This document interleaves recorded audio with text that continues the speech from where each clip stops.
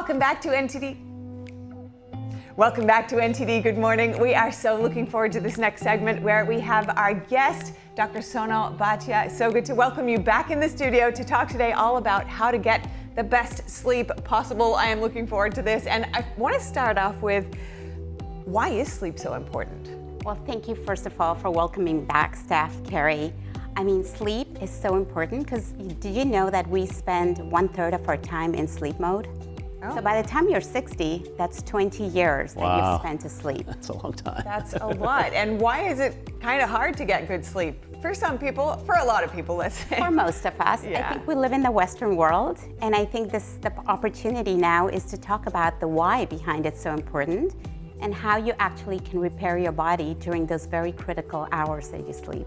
Well, I really am looking forward to all of the excellent tips that you've got for us. I actually went out onto the streets of New York City to ask people all about how they're sleeping these days, and also if they have any tips about how they try to get good sleep. So check it out. It's not great, I think, because it's summertime right now, but I typically try for like 8 hours, but it's more like 7. At night, I'm up and I can't sleep, and so I'm just tossing and turning, and then in the morning I feel sluggish, I feel, worn out, like I did a whole day's work. Typically read a book or watch a TV show. So I use an 8-sleep mattress. When I know that my mind is racing, if I just turn my phone off 15 or 20 minutes before bed, that helps me sleep. I like to sleep with a cuddle. Well, as we just saw there, I mean, people are really struggling with getting good sleep. It's not that easy, and a lot's changed over the last 10, 20 years. Technology, the biggest thing. So what do you recommend to people on how to not let technology interfere with getting a good night's rest? Yeah, over the last decade or maybe 2 decades, technology has become so critical, but we need to just avoid the screens when we're going to bed. Oh, really. No, it's so hard to do it though. It is, but you gotta put your phones away, put them in another room, put on Do Not Disturb, because what happens then is melatonin suppression. The blue light from our devices is telling our brain, it's like a little sunshine that goes in your brain and says, it is daytime. And so you're scrolling through your devices. Tricking the brain. And you're tricking the brain. Oh my goodness. Instead, put it away and maybe consider journaling. Journaling. Write down the things you're in gratitude for during the day, or put down the things you're going to worry about the next day so that it's out of your mind. I remember in the old school, I used to have a paper book by the bed, but no longer. That's a great tip to go back to paper. Now let's talk about diet. How should that affect getting a good night's sleep and getting into a good rhythm? Diet is so important. I mean, we should be stopping the digestion process before bedtime. So finish digestion a few hours before. This triggers the mind. No more bedtime snack? No more bedtime snack. Maybe My favorite. something light is okay, but you need to tell the body, I'm done. I am done with eating, so that you can start cellular repair, because that happens between 10 p.m. and 2 a.m. If you miss it, it doesn't happen at 4 in the morning. So you've really got to allow the growth hormones to activate themselves between 10 p.m. And for that, you need digestion to be done. And hey, we've talked about golden milk. Golden milk, I was going to say, before. I can't go to bed without a little something, something. So you're saying there are better things to do besides eating a big burger? Yeah, I think that would probably be something you should do at lunch, if at all. We will talk about that another day. Yeah, that's but right. Golden milk has all the spices to trigger your body to get into a really nice cellular repair. Fantastic. Yeah. Now, I think people are so amped up with all the stimulation. So how can people kind of come down before they're ready to get to bed? What's the ritual? What should they do? Candles, little Mozart? What should we be doing? Ooh, Mozart sounds great. I think rituals are really important to get your body in sync and give it that rhythm. So for example, a little bit of a massage. Take some lavender oil, sandalwood oil, just put it on your temples, the soles of your feet. It triggers the body to reduce the cortisol levels. The cortisol levels that stay high during the day, it triggers it to slow down. And take deep breaths. Breathing is so important to trigger your body into, hey, it's time to sleep, it's time to rest, it's safe now. So that half-hour ritual without a device is really important. All right, you heard it here. Get some good routines before bed, put away the phones, get some paper, maybe some golden milk instead of the burger before bed. With that, we're gonna throw it back over to you, Steph. Yeah, some awesome tips there. And you know what? I actually got some more questions to dig into some of these tips a little further. I was out in New York City recently and asked people for their questions to put to Dr. Bhatia. This first one comes from Josh. I want to dig into this aspect of eating and when to eat. It's all about timing. Let's see that. I've heard mixed reports on the eating before bed situation. And I know that it's not great to eat super close to bed, but then also it's not okay to go to bed hungry either. So I would love to know what the right middle ground is.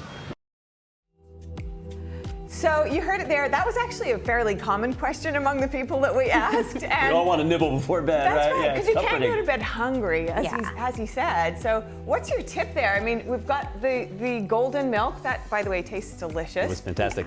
But in terms of like when should you fully have that hard stop? Is there a time? Yeah, I would say depending on your level of activity, if you're working out in the evening, you're probably going to need a little more substance and nutrition. But maybe 2 to 3 hours is a really good rule to be done with your main dinner. And then towards the nighttime, you have your golden milk and maybe a few nuts, maybe an herbal tea if you don't want the milk. All of these are really good soothing mechanisms, and the nuts have protein, so it will keep you a handful, not too much. What's really important though is you're already telling your body, I know you're hungry, but it's sleep time, so that your body then says, okay, we're no longer gonna be hungry at this time. So after a few days, you've already educated your mind and your body that you don't need that food. Oh, that sounds so good. And this next question from Michael was another somewhat universal, I'll say, question all about caffeine. And he wanted to know, yeah, so let's hear from Michael. When should I have my last cup of coffee? Because sometimes I feel like if I have it too late, I don't sleep great. I personally don't drink coffee really late at night, but sometimes I really want to, even in the afternoon, you know, and you just feel that there's nothing else that can replace that. So I don't know what you have for us there. You know, according to Ayurveda, you really shouldn't be putting caffeine into your body. But I'm not going to tell the audience don't have coffee, right? There'd be a mutiny. I'm not going to say that. Yeah. However, it's really important to know that caffeine has about a 6-hour half-life for metabolism.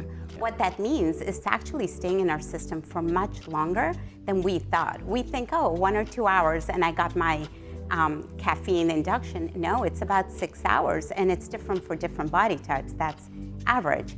So ideally, if it's 2 p.m. or earlier, that's probably when you should have your last cup of coffee, because what happens is towards the night, if there's caffeine, the melatonin cannot take over.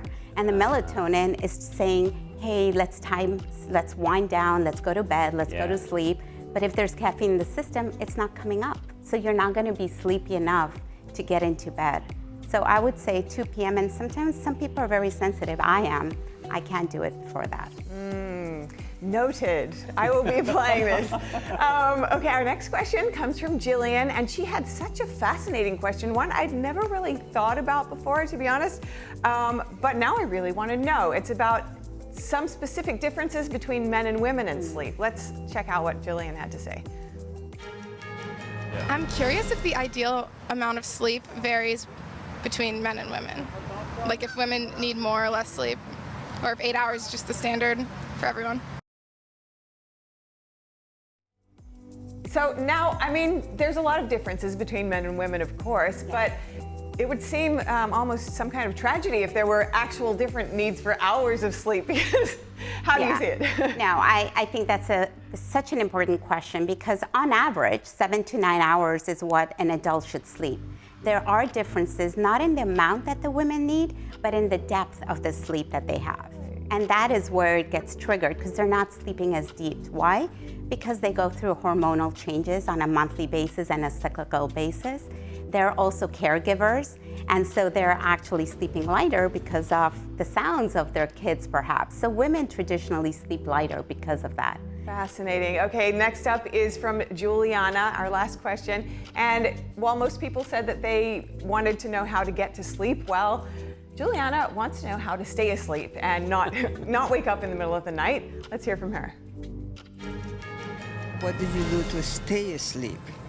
If you can keep sleeping longer, what do you do?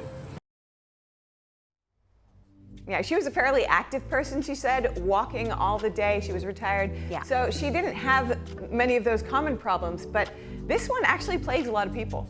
A lot of people tend to wake up in the middle of the night, and then it's hard to go back to sleep. And I think that is her question. And I would say the best routine, and I would love for you to do it, is the breathing routine. Oh, let's so do breathe it. in, That would be great. breathe in for 4 Okay. seconds, Okay. hold it for 7, and breathe out for 8.